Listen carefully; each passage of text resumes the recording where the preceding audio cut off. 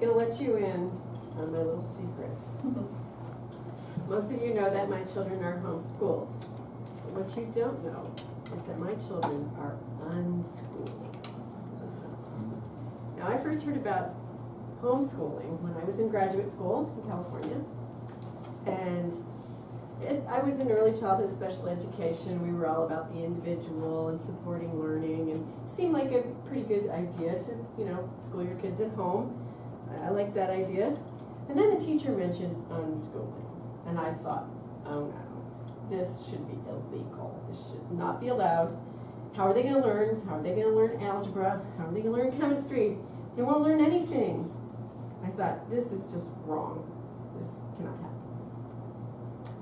Fast forward a couple of years, after Lucy was born, I joined the Leche League, which, if you don't know, is an organization that supports breastfeeding. And along with breastfeeding, attachment parenting, which is all about the child leading you and what you do, and the natural extension of that was homeschooling. A lot of the members of our Leche League group were homeschoolers. So it seemed like a natural thing to me to do, to homeschool the kids. 3 years later, Lucy asked me to teach her to read. I was thrilled. I knew she was going to be an early reader. Just knew it. So I got online and I ordered an expensive, fancy curriculum. And I got the videotapes and the audio tapes and the books and the workbooks. And every day we'd sit down at the table, go through the book, and I'd point out the letters. This is a B,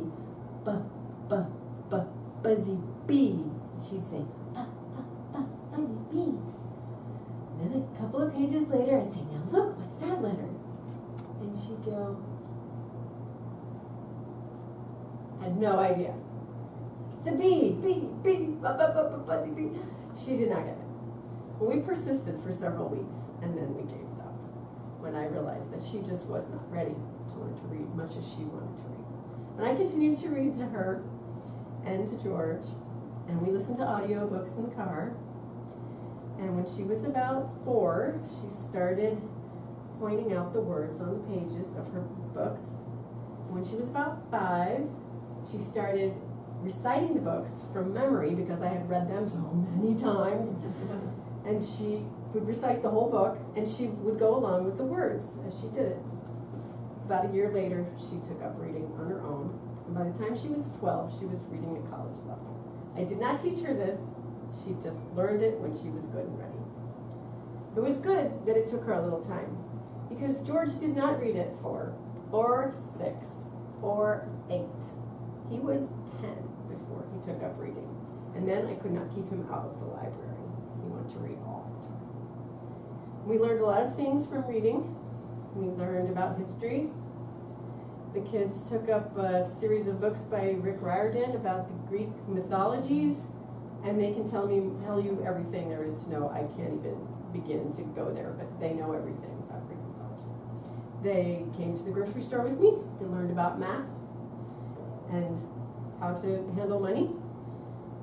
They came to homeschool groups with me where they interacted with everything from infants to grandparents. Studies have shown that homeschool children are often better socialized than their school peers because of all this interaction in the community and with people of all ages. When Lucy was 13, she told me she wanted to go to school. Some of her friends were going to one of the charter schools here in Raleigh, and she wanted to go to school. She had never done that, and she wanted to try it. So we jumped through all the hoops, got her all the immunizations, and filled out all the forms, and got her all the materials, and she started in school. There was a lot she loved about it. She loved being with all those friends all day. She loved the history teacher and world history, but she hated German. She wanted to take Japanese, but they didn't offer Japanese, and she was stuck with German, and she hated that.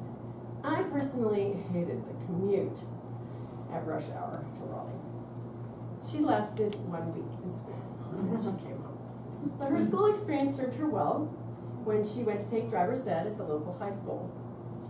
She breezed through that. She was comfortable with the school environment, and she did great. But when it came time for George to take driver's ed. He would not like for me to tell you this, but he was terrified. And after the first day, he realized that the material wasn't that difficult, and he ended up with the highest score in the class on the final exam. Now, in their defense, the school kids were grappling with 6 classes on top of driver's ed, where George could study all day for driver's ed. He had nothing else to do. He's in school. So it all worked out for us. So I want to share with you a quote from the father of unschooling. He's a man named John Holt. He's written a number of books on the subject. And he says, "It may be true enough that in learning purely physical skills, such as sports, we generally have to learn easy movements before we learn hard ones. That is how the body works. But that is not how the mind works. What makes things easy or hard for our minds has very little to do with how little or how much information they may contain, and everything to do with how interesting they are, how much sense they make, how connected they seem to reality. My children got their education in the real world, and I wouldn't have it any other way." Thank you.